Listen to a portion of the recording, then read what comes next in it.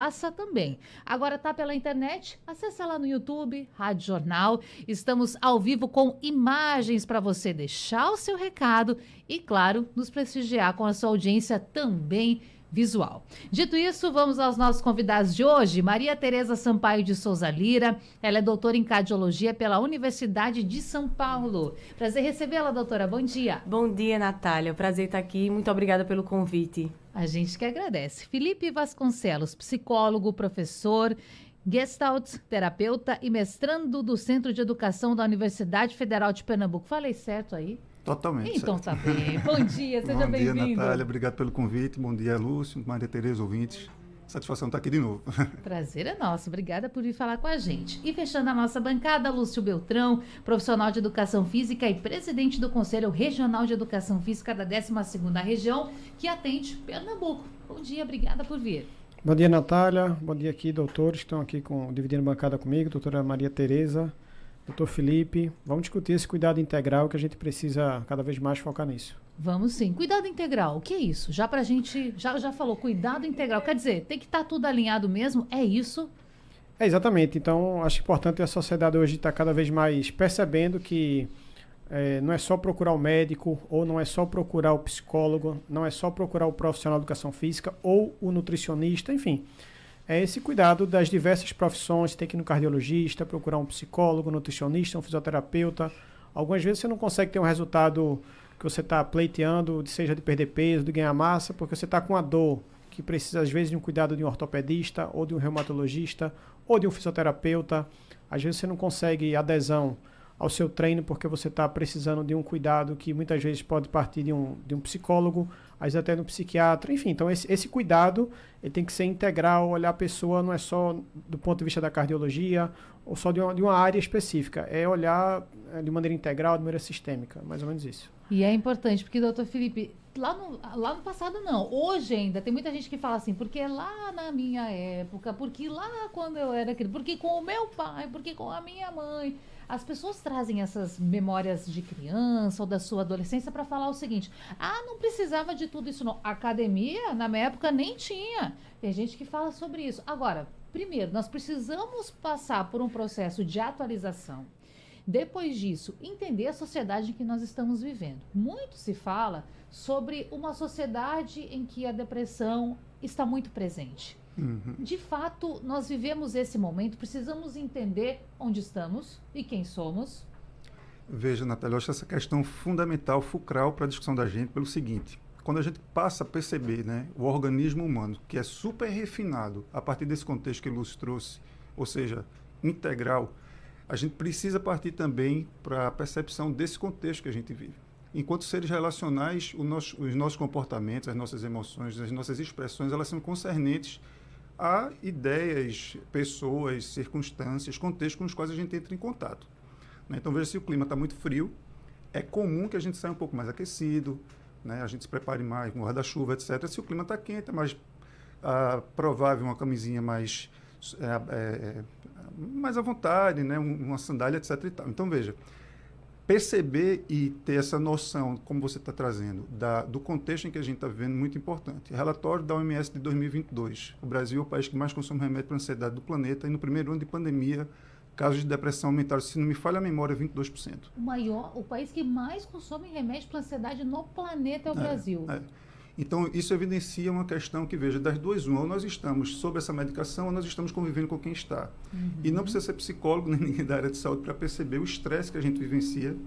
Eu tenho trabalhado muito, né, e trato um pouco desse debate com os consulentes que eu acompanho, da importância da gente perceber, por exemplo, como isso se evidencia no trânsito da gente, que para mim está uma questão assim, de saúde pública urgente.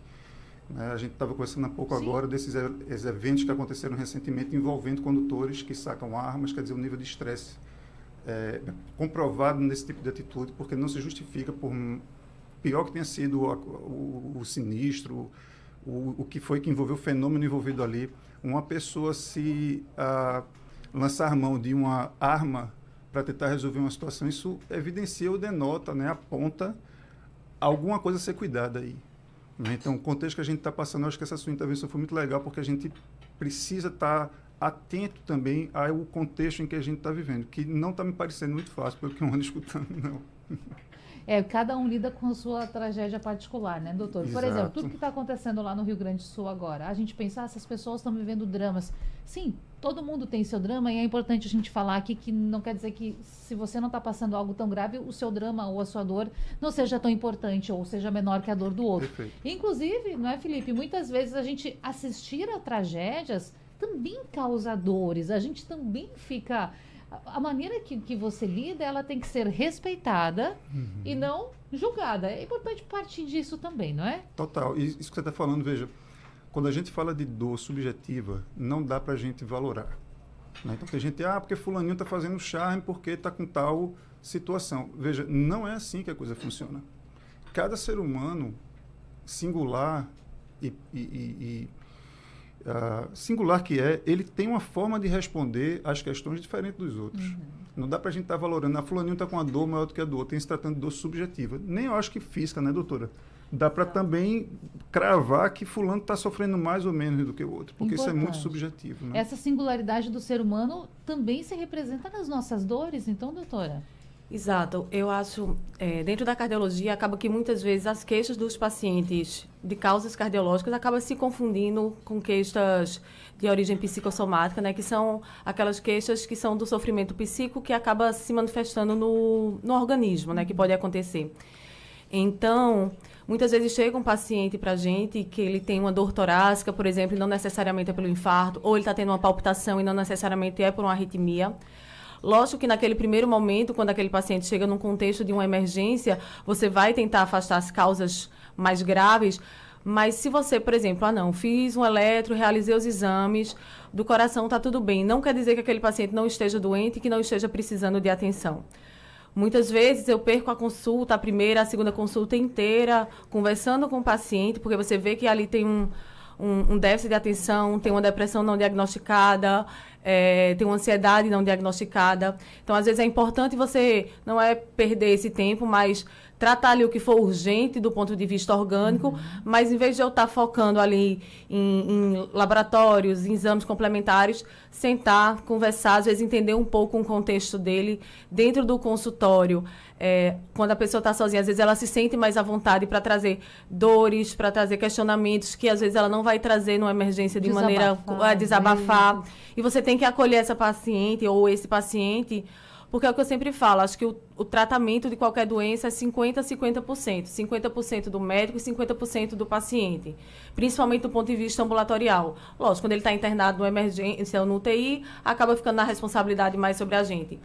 Mas se o paciente ambulatorial ele não estiver bem do ponto de vista psicossocial, ele não vai aderir ao tratamento. Então, não adianta, ele vai sair daquela porta sem tomar as medicações de maneira adequada. Seja porque está vivendo uma depressão, que diminui a aderência medicamentosa, seja porque está passando por um processo de ansiedade, seja porque o contexto familiar naquele momento é complicado, ele está passando por um processo de luto, então ele pode deixar de tomar as medicações por causa daquilo.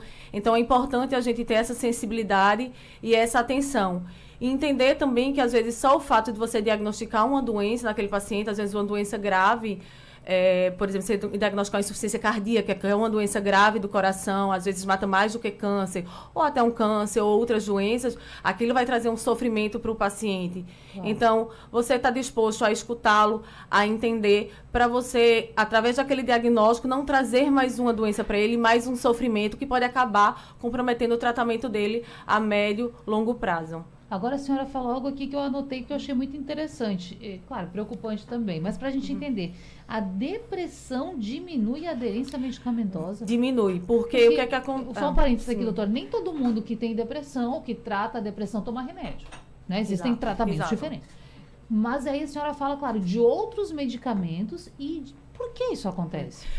A depressão, quando está tratada, está controlada, ótimo, faz o acompanhamento, faz seu segmento com seu psicólogo, se tiver indicação de seguir com o psiquiatra também.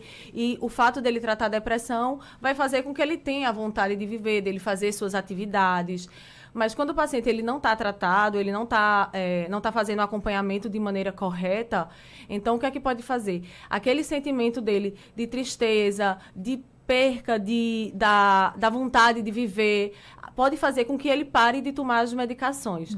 Acho que é importante a gente lembrar também que a atividade física é tratamento recomendado, tanto para depressão como para ansiedade, faz parte das recomendações para esses pacientes.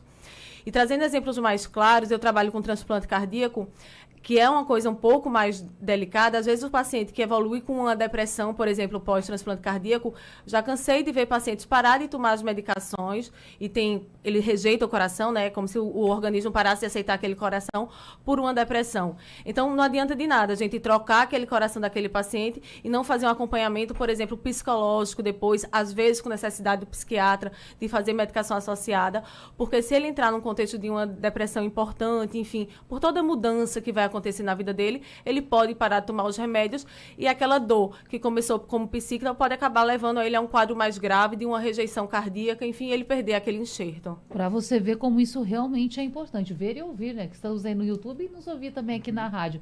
Agora, Lúcia, tem algo que a doutora falou que é aquilo, 50% é você, 50% é o médico. E aí, muitas vezes, e talvez eu vou generalizar aqui falando da minha situação, porque eu tenho dificuldade, sim, de colocar o exercício físico, a atividade física como uma rotina presente na minha vida. Tento, fracasso, volto, mas a gente está sempre tentando, né? Agora, a gente vê que para as pessoas, de uma maneira geral, parece que é muito difícil. Por isso que eu estou generalizando e posso estar errado. Mas parece que é difícil para todo mundo. Imagina você fazer isso, sendo que você, às vezes, tem medo de sair de casa. Então, como motiva? Como você faz para virar essa chave? É difícil, não tem assim, uma resposta assim tão fácil, mas de novo, é tentar recomeçar sempre, começa, fracassa, recomeça de novo, seja na segunda, seja na terça, não espera para a segunda, quero recomeçar na terça, enfim, começa, recomeça, tenta mudar hábitos, seja de exercício físico, seja de alimentação, a gente precisa desse equilíbrio na vida, de ter amizade, família. Então, às vezes a gente foca muito no trabalho, ou às vezes foca muito na família. Esse desequilíbrio é que muitas vezes faz mal. Então, a gente precisa, de fato, do equilíbrio. Tem gente que faz muito exercício físico, também não pode. É tudo com moderação. Então, você tem que ter uma rotina, uma disciplina, que é muito fácil de falar, de fato. Mas a gente precisa começar a incorporar esses hábitos de exercício físico, de alimentação, de boa qualidade de sono, de tomar água. Então, esses bons hábitos que a gente precisa ir ajustando, melhorando, cortar os hábitos, digamos, ruins. Isso aqui, eu estou com 2, você também está com 2, celular. Isso vicia, isso é ruim para a gente adulto, é péssimo para a criança. A gente precisa disso que o doutor estava falando aqui, de se relacionar. A gente adulto, a gente às vezes vai para um bar, para um restaurante, se encontrar, sei lá, amigo de faculdade, e a gente fica, às vezes, numa mesa, você vê lá, 4, 5 pessoas estão presenciais, mas está os 5 no celular. Então, a gente, às vezes, não dá a atenção que o outro, às vezes, precisa. E, às vezes, a pessoa procura um psicólogo, procura um profissional de educação física, às vezes só para acompanhar ali na esteira, porque quer conversar, quer desabafar. A motivação também, porque parece que aquela pessoa está ali lhe motivando a continuar, né? E porque com o amigo, com a família, ele não tem essa atenção. Então ele chega, às vezes, no consultório de um cardiologista e quer falar da vida, quer falar do casamento, quer falar dos problemas do filho, porque não tem o outro para ouvir. Ou quando tem o outro, não é aquela escuta ativa de verdade, aquela atenção de verdade, que a pessoa está ali para ouvir, para lhe ajudar. Então a gente precisa, às vezes, ter esses ajustes para procurar um esporte, uma modalidade que eu goste. Eu costumo dizer, só o que é melhor, crossfit, musculação? Eu digo, o melhor que você gosta. Porque às vezes você vai para uma hidroginástica, é um exercício às vezes de baixa intensidade, você acha que não dá resultado. Mas eu digo, dá resultado. Se você fizer com frequência. É muito melhor você estar numa hidroginástica do que você estar no crossfit, que eu não gosto, acho pesado, não é aquilo que eu gosto e vou uma vez por mês. Eu não vou ter resultado no crossfit. Eu vou ter resultado na hidroginástica se eu frequentar, se eu tiver adesão, fizer com frequência. Então, de novo, é a frequência, aquilo que... não vou fazer uma dieta, por exemplo, de um mês. Eu vou até ter um resultado, mas aí depois eu saio da dieta e volto, ganho tudo novo. É o hábito, eu vou ter um hábito de boa alimentação, um hábito de exercício, de fazer caminhada, natação, ginástica, vôlei. O que eu gostar, eu vou fazer com frequência e vou ter resultado. Então, de novo, eu acho importantíssimo essa mudança de hábitos. Aí, Felipe, tem aquele ouvinte que está pensando, mas a minha vida é muito corrida. eu tenho muito compromisso, eu, mulher, tenho que chegar em casa fazer as tarefas, tenho meu trabalho também, tenho as crianças, o esposo lá, e a gente fazendo essa separação social das tarefas, que nem deveria ser assim, né? Mas generalizando. Aí, o esposo, ou o companheiro, ou a companheira, eu tô no trânsito, perdi tanto tempo, como é que eu vou ir pra academia? Então, é importante a gente também colocar a nossa vida como prioridade, ou isso é egoísmo? Veja, é natural que quando, pelo menos assim, na minha experiência, eu observo muito, quando os consulentes que eu acompanho começam a ter mais esse olhar para si, vi essa ideia de um suposto egoísmo, né? Eu costumo distinguir o seguinte, eu gosto de distinguir o egoísmo do individualismo. O egoísmo, quando a gente faz algo pensando só na gente, que o contexto todo tem que se modificar para me atender a uma coisa. Quando eu faço as minhas ondas, quando eu faço as minhas questões, sem precisar que o contexto, nem nada, nem ninguém, se volte para mim, é uma atitude individualista, eu vou colocar uma aspas, mas que isso, para mim, não retrata um egoísmo. E claro que a gente precisa se colocar, de fato, em primeiro lugar nesse sentido. Isso não quer dizer passar por cima de ninguém, nem estar desprezando opiniões de terceiro, nem nada, mas perceber-se o que é que eu demando de mim mesmo. Quais são os meus gostos, como o Lúcio acabou de falar. Ora bola, se eu não gosto de academia, eu vou deixar de fazer um exercício físico por conta disso? Não, eu vou procurar uma bicicleta, eu vou procurar uma hidroginástica, eu vou procurar uma dança, eu vou procurar uma capoeira, eu vou procurar uma aula de frevo para fazer. Quer dizer, quais são os ajustes possíveis para que, diante daquilo que eu reconheço enquanto uma realidade minha, eu esteja engajado com isso? Não sei o que é que vocês acham, mas me parece uma frequência, o nosso modelo social, o nosso arranjo social que a gente chegou nele e a gente está vivenciando, é um contexto que muitas vezes não privilegia e nem contempla esse tipo de coisa. Muitas vezes a gente vê pessoas passando por cima de si próprios. Me permita um exemplo. Eu estava acompanhando uma pessoa que, na época da pandemia, ela adoeceu e uma questão, estava de atestado médico, mas se sentindo culpada porque não estava trabalhando. Então, quer dizer, isso é uma questão muito séria, porque eu acho que Lúcio trouxe uma questão, bicho, no início, que para mim é fundamental, a coisa da integralidade do ser. Sabe, não dá mais para a gente estar pegando recorte, como Maria Tereza me permite, a doutora, lhe chamar assim. Maria Tereza também trouxe a questão da implicação do paciente no processo. Sim. Não dá mais para a gente estar percebendo, nessa altura do campeonato, nós seres humanos, como pessoas cindidas em nós mesmos. Isso tem tido um impacto forte. Eu achei massa essa ideia do debate, da gente falar sobre o corpo, sobre essas dores, porque falar de corpo implica em falar de relação, implica em falar de presença, implica em falar de ambiente, de natureza, coisa que muitas vezes a gente se distancia disso.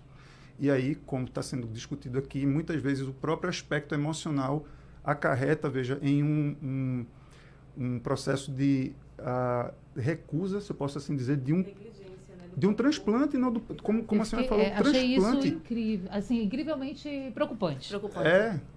Porque você está numa fila, espera o órgão, consegue toda a preparação, e aí entende? É assustador, né? Mas estamos expostos a isso porque estamos muitas vezes vivendo, né, doutor, sem pensar no porquê estamos fazendo ou repetindo aquelas atitudes, não é? E a gente precisa, veja, felizmente ou infelizmente, a gente vai precisar lidar com os nossos movimentos existenciais. Se eu me movimento da vida de uma forma X, eu vou ter um retorno X. Se eu me movimento de uma forma Y, eu vou ter um retorno Y. Veja, parece simples e mas como Lúcio também disse, às vezes o simples deixa a coisa complexa no sentido de ser difícil mesmo. A gente às vezes precisa estar nesse movimento. Sobretudo porque o contexto em que a gente vive, a gente precisa se lembrar que nós estamos em relação diária com o contexto. Esse contexto muitas vezes é exigente. É um ambiente tenso, é um contexto muitas vezes de corre-corre. Veja, Yuval Harari, ele escreve o Sapiens, e nesse livro ele coloca uma informação muito interessante. A gente está passando por uma era de mudanças e uma mudança de eras, caracterizada não apenas pela velocidade das informações, mas pela quantidade de informação. A gente não consegue decodificar tudo isso na velocidade que está sendo proposto. O adoecimento físico, por consequência, né, porque também envolve um adoecimento emocional. De novo, não precisa ser um profissional da saúde para você observar o comportamento social e evidenciar daí situações de sofrimento. Claro. Agora, antes de eu chamar o primeiro intervalo, doutora Maria, eu fico aqui pensando nessa nossa relação com o coração, e aí nem enquanto órgão, mas o sentimento, porque Quando crianças, qual foi talvez o primeiro desenho, ou os primeiros desenhos que a gente fez? O coração, não é? E o coração sempre muito ligado ao sentimento. Eu amo a mamãe, eu amo o papai, eu amo a minha família, eu amo passear, eu amo um coleguinha, um irmão, não é? E aí, ao mesmo tempo, o coração somatizando as nossas dores depois na vida adulta. E eu queria aqui provocar sobre a tal da síndrome do coração partido. Porque quando algumas coisas não dão certo na nossa vida, às vezes o coração sofre e literalmente ele sofre. É verdade, doutora? Às vezes quando o coração está partido, o nosso órgão, o coração também chora. É verdade. A síndrome do coração partido, né, conhecido popularmente como a síndrome do coração partido, que é a Takotsubo, o que é que acontece? O paciente ele vai chegar na emergência com um quadro de dor torácica, de dor no peito. Aquele aperto que as pessoas relatam. Bem característico de infarto agudo do miocárdio, que a gente faz um eletro, esse eletro tem alterações, então o paciente tem todo o quadro clínico de como se fosse um infarto agudo do miocárdio. Só que quando você vai para o cateterismo, para olhar os vasos do coração, eu sempre falo para os meus pacientes que o coração ele parece uma casa. Ele tem parede, ele tem janela, ele tem porta, ele tem parte elétrica e tem o encanamento. Os vasos é como se fosse o encanamento dessa casa. O infarto é quando acontece uma obstrução desse encanamento. Tipo um cano da nossa casa que fecha, pode dar um vazamento de água, é isso que acontece no infarto. Então, a clínica vai ser exatamente essa. Como se tivesse fechado um vaso do seu coração que causaria um infarto. Só que quando você vai lá para a hemodinâmica para olhar esses vasos, você vê que os vasos estão todos limpos, como se o encanamento estivesse todo perfeito. Aí você vai olhar o músculo do coração e aquele músculo ele está sofrendo. Por que isso acontece? Normalmente a gente tem uma descarga muito grande de catecolaminas, a mais conhecida falando é tipo adrenalina, podemos falar numa linguagem mais popular. E essa adrenalina em uma quantidade muito alta pode causar alteração no funcionamento do coração. Isso acontece normalmente em pessoas que estão passando por um estresse psíquico importante, pode acontecer, por exemplo, após o falecimento de um ente querido, após um estresse emocional importante. É mais comum acontecer em mulheres do que em homens, tá? Mas acontecem outras situações também que não necessariamente essas. Por exemplo, pode acontecer em pacientes que estão fazendo quimioterapia decorrente do quimioterápico. Ou se você fizer um estresse físico mesmo, extenuante, pode causar essa alteração. O exagero. Exato. Mas o mais característico, o mais típico, o mais clássico é depois de um estresse emocional importante. E esses pacientes, eles têm que ser tratados, precisam ficar internados, acompanhamento, ver se esse coração vai recuperar a função, que a grande maioria recupera, mas tem uma porcentagem que não recupera, e assim fazer o segmento. Mas é isso, é um estresse tão grande, com liberação de adrenalina, né, falando mais popularmente, que o músculo do coração, que é como se fossem as paredes dessa casa, fica um pouquinho baqueadas, podemos dizer, não ficam com seu funcionamento adequado. E isso não é decorrente do fechamento de nenhum vaso, que é como acontece no infarto. Apesar de parecer, classicamente, quando você vai olhar, os vasos estão todos ok, mas o coração realmente está sentindo. Bom, vamos fazer o seguinte, vamos para o intervalo, na volta a gente responde perguntas, atende você, então participe, 991478520. Debate em rede.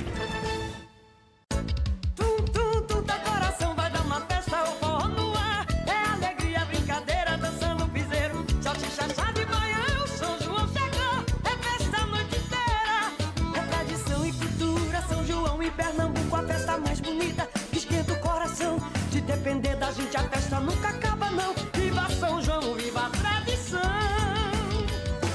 Em Petu, Governo de Pernambuco, Estado de Mudança. Começou a Semana do Jeans e Calçados Rio Mar. Até 21 de junho, com muita variedade, moda e estilo. Aproveite para conferir as tendências nas vitrines temáticas e curtir as atrações musicais no piso L1. Semana do Jeans e Calçados é no Rio Mar. Arraial de ofertas Armazém Coral. Preço danado de bom. Você acha aqui tinta latex vinil acrílico branco neve 15 litros. Acha aqui R$ 99,90. Cerâmica acetinada Itaúnas branco tipo C Elizabeth 25,90 o metro quadrado. Tudo em 10 vezes sem juros com entrega grátis. Compre também pelo site armazencoral.com.br ou pelo aplicativo e receba em casa. Na hora de construir ou reformar, Armazém Coral em primeiro lugar. Ei, RH, você não precisa gastar tanto tempo e burocracias para cuidar das pessoas. gasta 5 horas gerindo ponto. Nem dá 85 cliques para abrir um arquivo. Muito menos abrir 300 programas para onboard. Você só precisa da Flash. Flash simplifica toda a sua jornada, da admissão ao controle de ponto, benefícios e muito mais.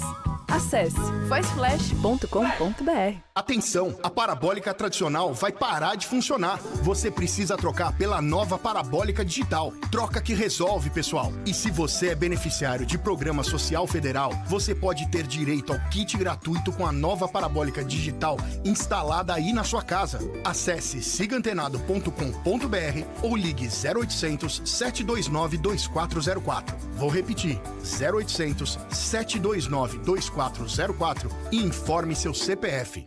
Caramba, quanta placa vermelha nessa rua. Que isso? É a tal da Verisure, que tá sempre na TV e no rádio. Ouvi dizer que eles têm uma central de monitoramento que chama a polícia em caso de invasão. Ah, eu já ouvi falar. Será que é bom? Olha, acho que todas essas pessoas não iriam se enganar, né? Bora ligar pra gente saber mais.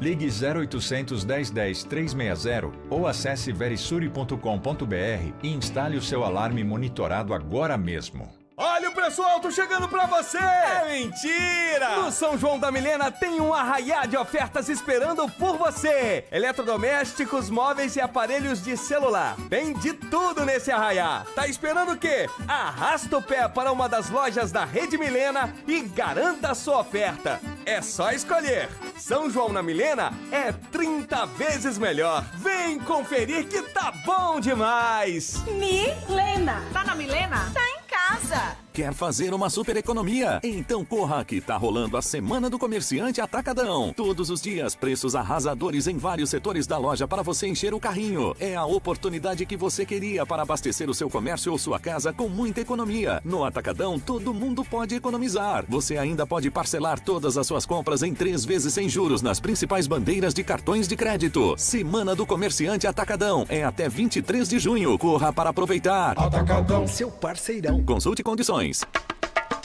Emissoras de rádio do Sistema Jornal do Comércio de Comunicação. Pernambuco falando para o mundo.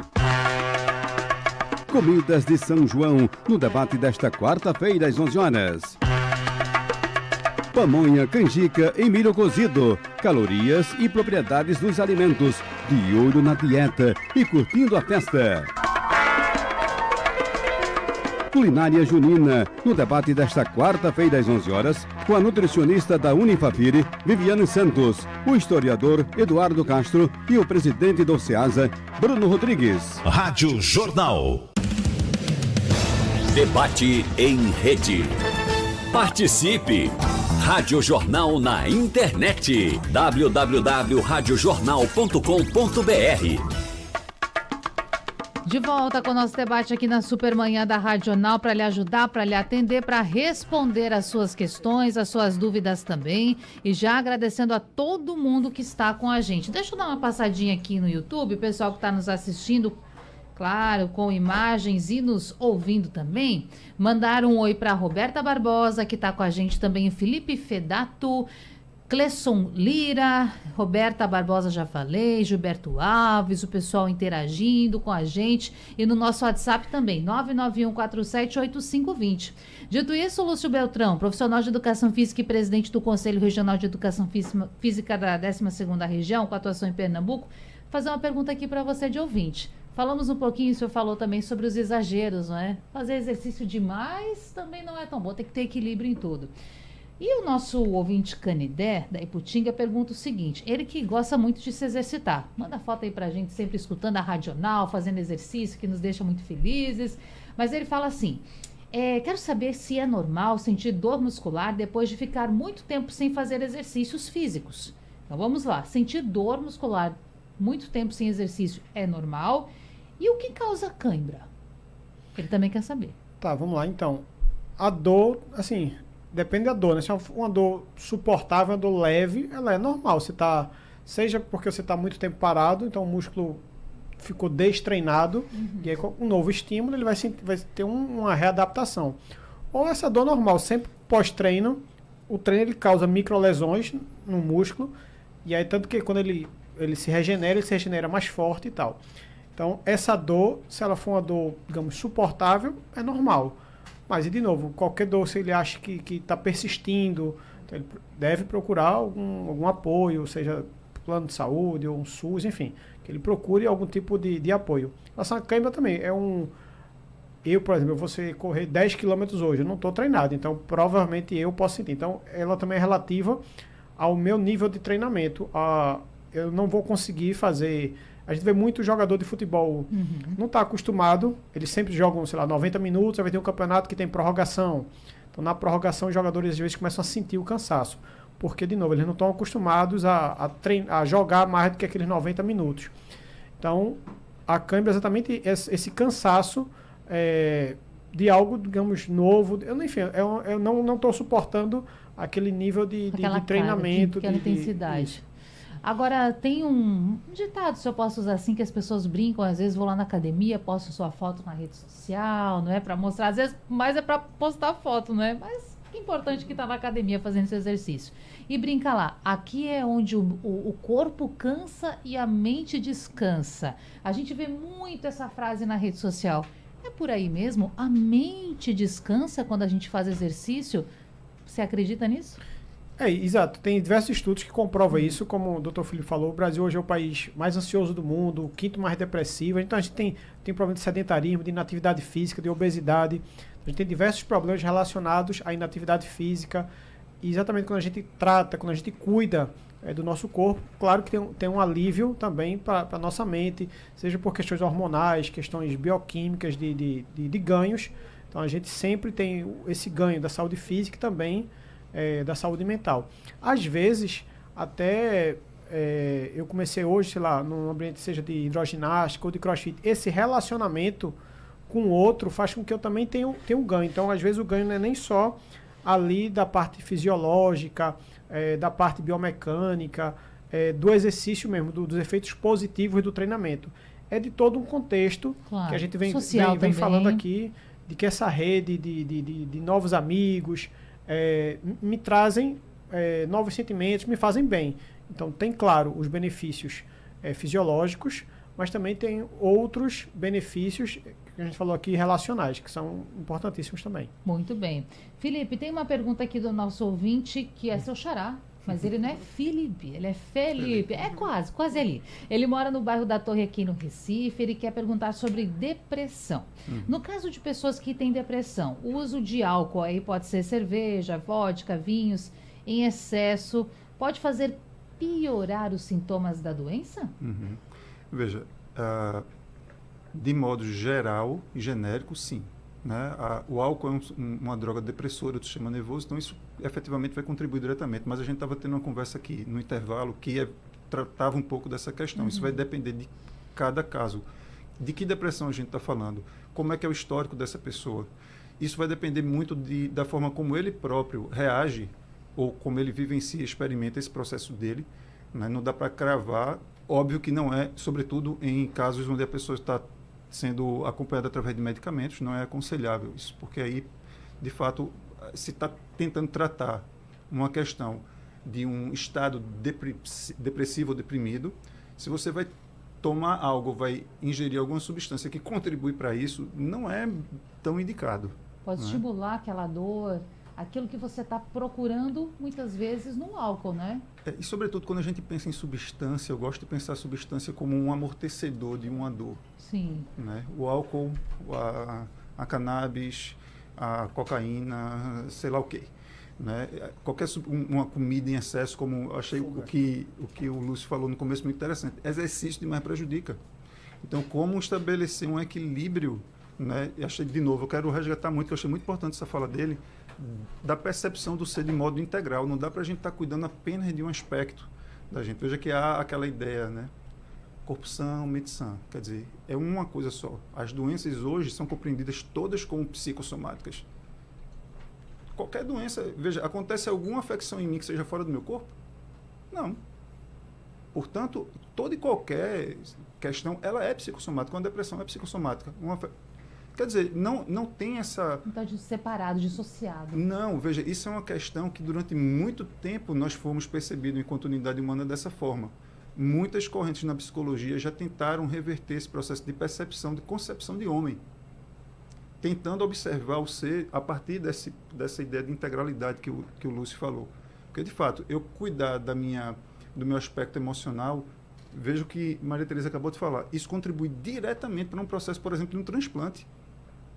Se eu estiver com o meu sistema imunológico legal, se eu estiver com a minha cabeça legal, isso tem um impacto, e estudos já comprovam isso, e ela falou, né, que metade do processo é a responsabilidade ou decorre de uma atitude ou de um engajamento do paciente e os outros 50% do médico. Então, veja que eu acho importante, acho legal pensarmos sobre essa ótica, né, de que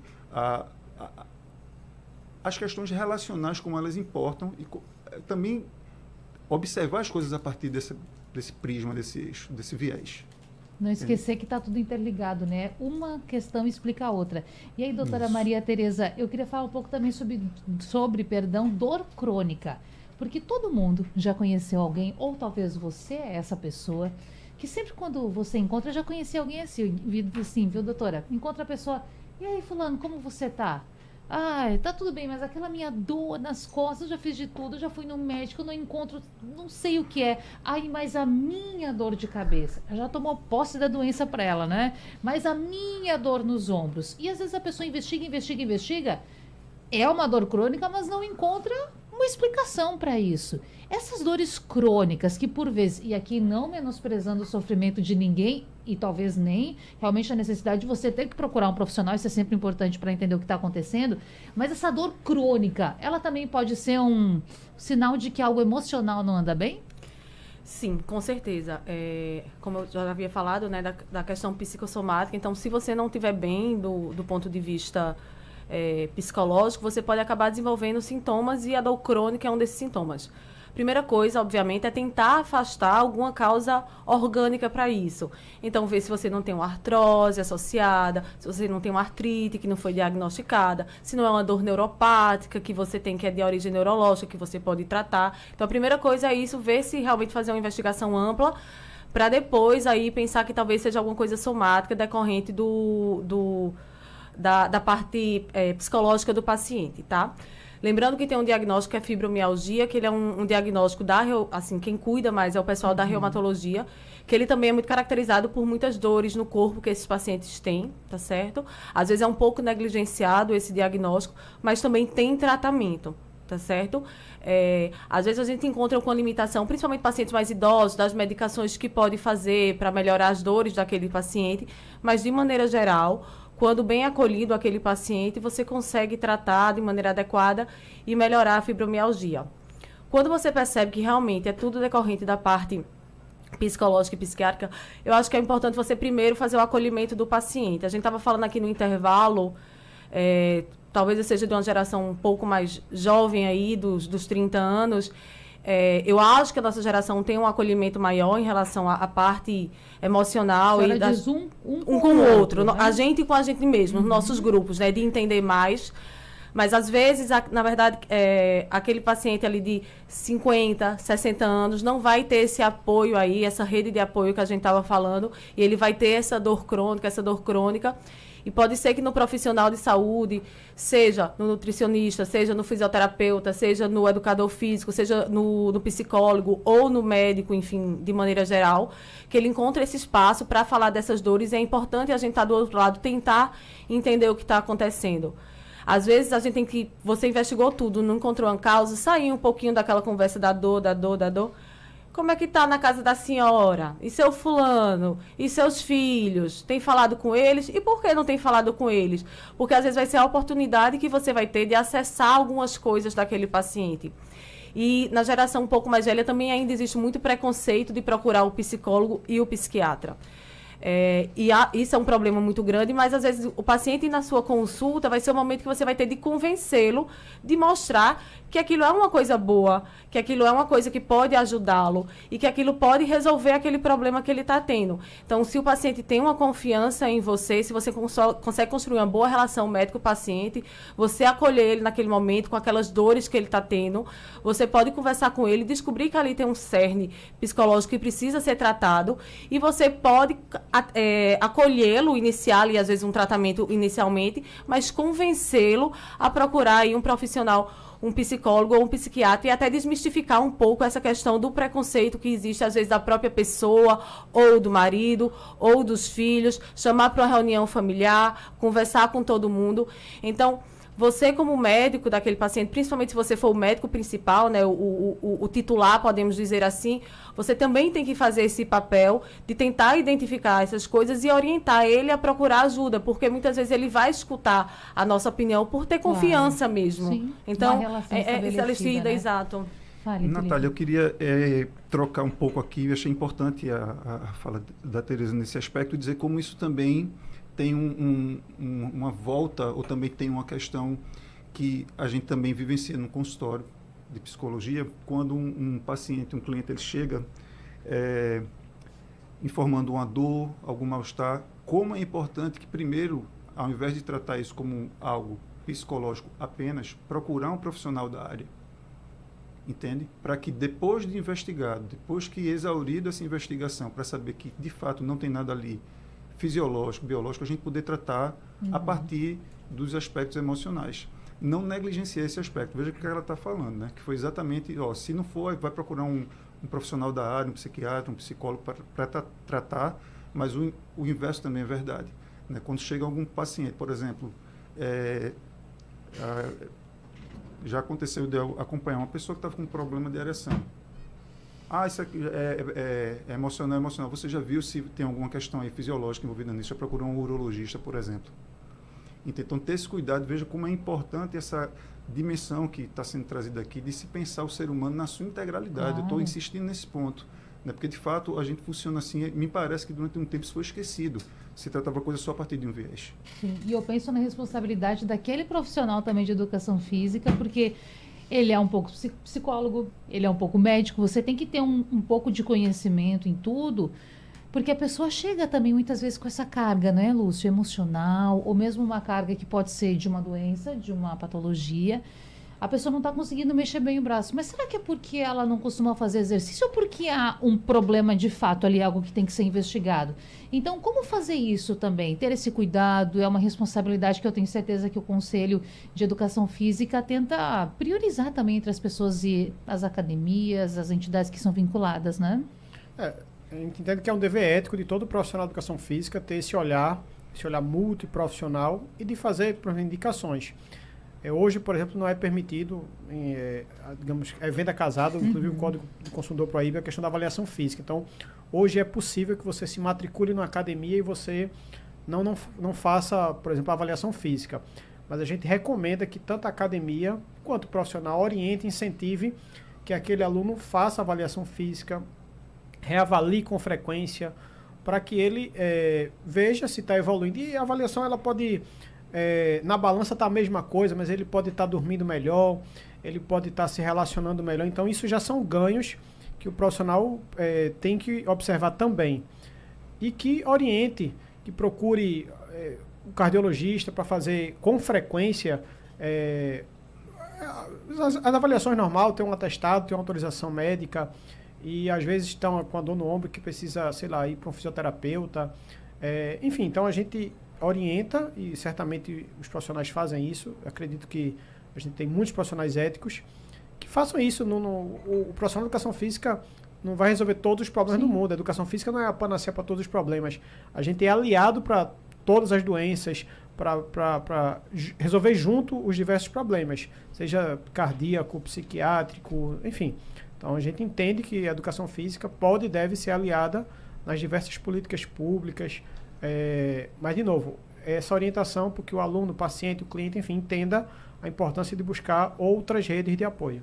Temos uma pergunta aqui de uma ouvinte. Ela coloca um pouquinho da sua rotina. Diz assim: eu trabalho à noite e em cada plantão eu ando cerca de 3.800 passos. Deve ter aquele monitoramento, sim. Às vezes a gente coloca no celular, relógio.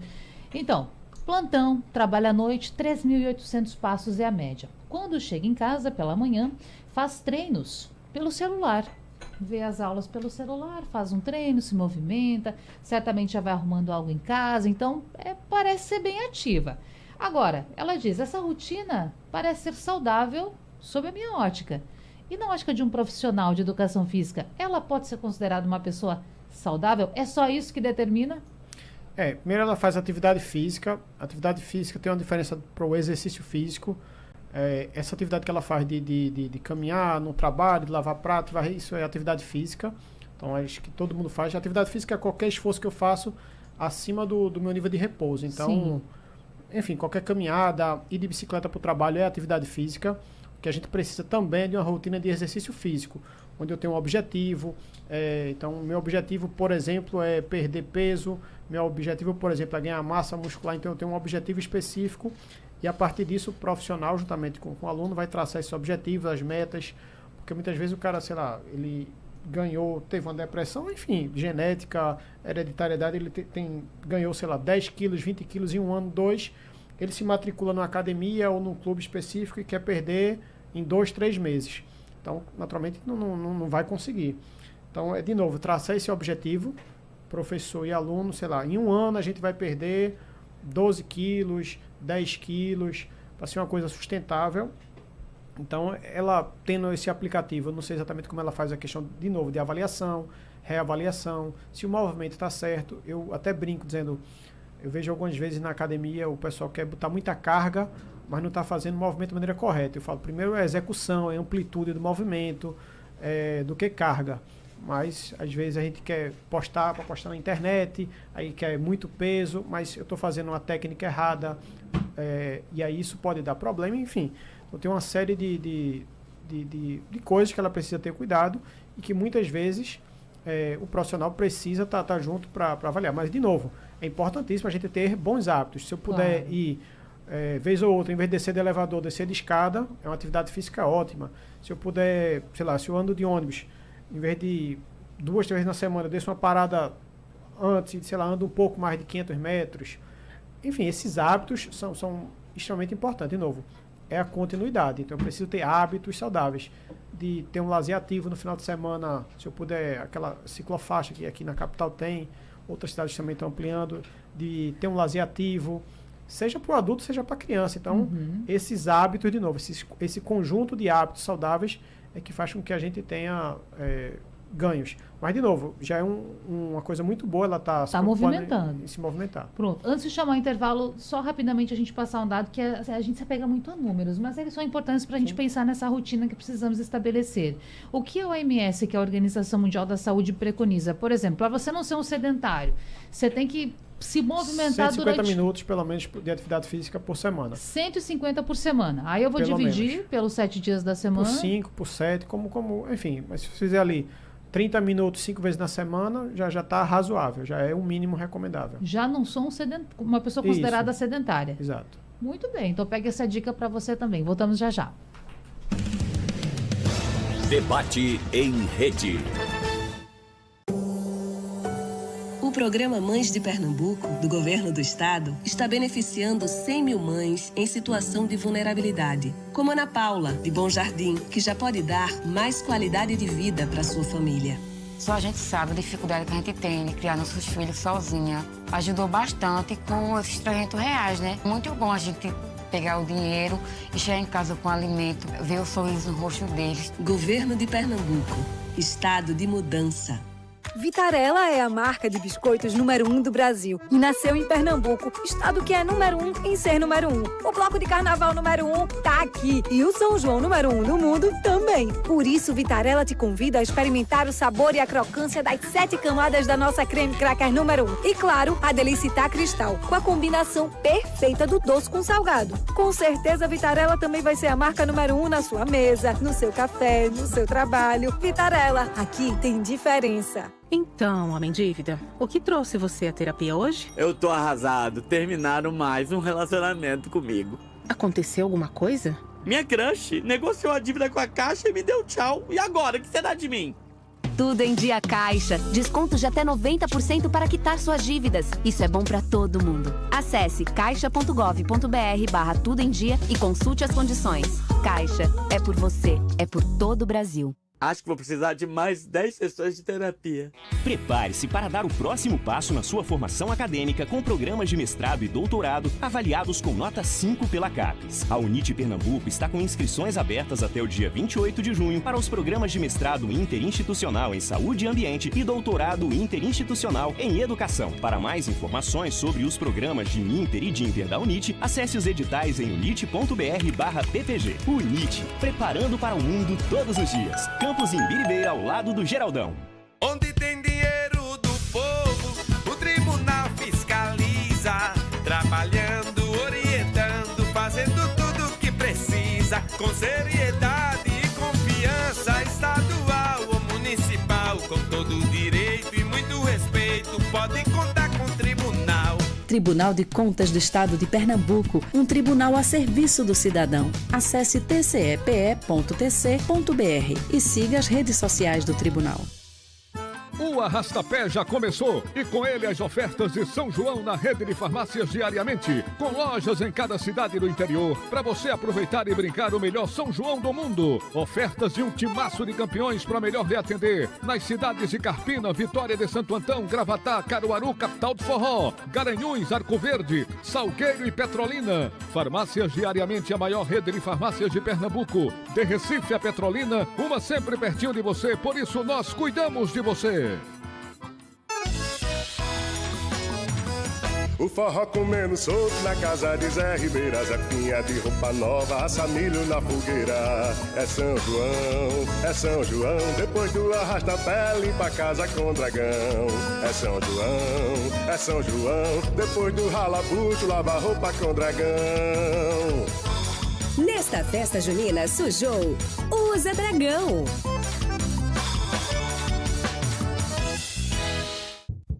São João é arraia até o sol raiar. Venha pro açaí aproveitar, com comida e ofertas noite e dia. Muita variedade, economia, de Campina Grande a Caruaru, de Mossoró a Sergipe, no Forró Caju, da Bahia até o Rio, ao do Maranhão. A festa favorita é sempre São João, do milho cozido ao munguzá, bolo de macaxeira ao bolo de fubá, da quadrilha ao chachá do forró baião. A festa do modão é sempre São João. Emissoras de rádio do Sistema Jornal do Comércio de Comunicação. Pernambuco falando para o mundo. Comidas de São João no debate desta quarta-feira às 11 horas. Pamonha, canjica e milho cozido. Calorias e propriedades dos alimentos. De olho na dieta e curtindo a festa. Culinária junina, no debate desta quarta-feira às 11 horas, com a nutricionista da Unifapire, Viviane Santos, o historiador Eduardo Castro e o presidente do SEASA, Bruno Rodrigues. Rádio Jornal. Debate em rede. Participe! Rádio Jornal na internet. www.radiojornal.com.br. Voltando com o nosso debate, sempre um prazer estar com você aqui todas as manhãs. O tempo é curto, sim, mas ainda há como aproveitar, viu, doutora Maria Tereza, para a gente atender a um ouvinte. Vamos lá, Vanildo, ouviu o que o ouvinte está perguntando? Bom dia, Natália. Bom dia aos doutores. Meu nome é Paulo do 87. Sempre quando eu como muito pães e muitas marcas, né, macarrão, sempre fico com arritmia no coração. O que fazer, doutora? Isso pode acontecer, doutora? Pode. Existem algumas condições que podem acontecer após quando você tem um excesso de alimentação, pode causar problemas cardíacos, na verdade, ser um sintoma de algum problema cardíaco, certo? Então, o que eu recomendo ele é, assim que se tiver arritmia, procurar o posto de saúde, o local mais próximo da casa dele e pedir para fazer um eletro. Isso é a recomendação que eu dou. Não precisa ser num grande hospital, não precisa só para fazer um eletro, porque pelo menos ele vai registrar o que está acontecendo naquele momento. E aí, sim, qualquer coisa, depois que melhorar o sintoma, ou ele vai ser atendido naquele serviço, se já tiver alguma alteração. Mas se ele não conseguir ser atendido naquele serviço, pelo menos ele vai ter o registro do que aconteceu e pode procurar um profissional e mostrar esse eletro. Então, essa é a dica que eu dou.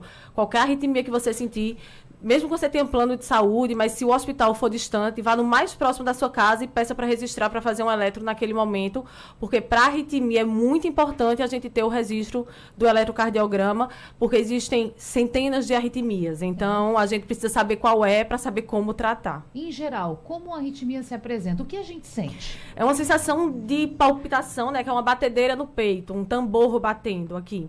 Às vezes isso pode ser confundido, por exemplo, se um paciente ele está com sofrimento psíquico, então passa por um estresse emocional, você pode sentir o coração acelerar, mas se esse sintoma ele acontece de maneira espontânea ou associado com dor no peito, com falta de ar, com desmaio é super importante, se o coração acelerar e você desmaiar, tem que procurar um serviço de emergência, porque pode ser que seja uma arritmia aí mais grave. Tá então, certo? Fica atento, procura ajuda, viu? Maria Tereza Sampaio de Souza Lira, médica cardiologista, muito obrigada por estar com a gente nessa manhã. Eu que agradeço o convite mais uma vez, foi um prazer estar aqui com vocês. Dr. Felipe Vasconcelos, psicólogo, muito obrigada também por participar. E se tiver uma rede social, Instagram, para o pessoal lhe acompanhar? Tenho. Bem, prazer também estar aqui mais uma vez, agradeço o convite, né, a confiança. Tem o WhatsApp, o Instagram do Mutuar, _GT, _G de gato, T de tatu, que é o meu consultório, minha clínica, e qualquer coisa a gente pode se ver por lá. Tem algumas questões por lá que o pessoal pode também acessar, enfim. Essa seria a dica. Mutuar, _GT. Muito obrigada, até a próxima. Até, um abraço. Quero agradecer também ao Lúcio Beltrão, profissional de Educação Física, presidente do Conselho Regional de Educação Física da 12ª Região, com atuação em Pernambuco. Em seu nome, um abraço para todos esses profissionais também que são tão importantes na nossa vida. E se a gente pudesse fechar e dizer, não negligencie o que você estiver sentindo. O que você sente é importante. Busque ajuda. Obrigada, Lúcio. Eu que agradeço até a Rádio Jornal pelo convite, parabenizar você, Natália, pela condução, o pessoal aqui da bancada, aprendi muito com vocês, que a troca foi riquíssima. E é isso, parabenizar e estamos à disposição. Nós também. Bom, se você quer acompanhar esse debate novamente, vai lá para o YouTube da Rádio Jornal, ou mesmo no site da Rádio Jornal, você vai conferir quantas vezes quiser. Na madrugada tem reprise e amanhã nos encontramos novamente. Até lá. Sugestão ou comentário sobre o programa que você acaba de ouvir, envie para o nosso WhatsApp 99147 8520.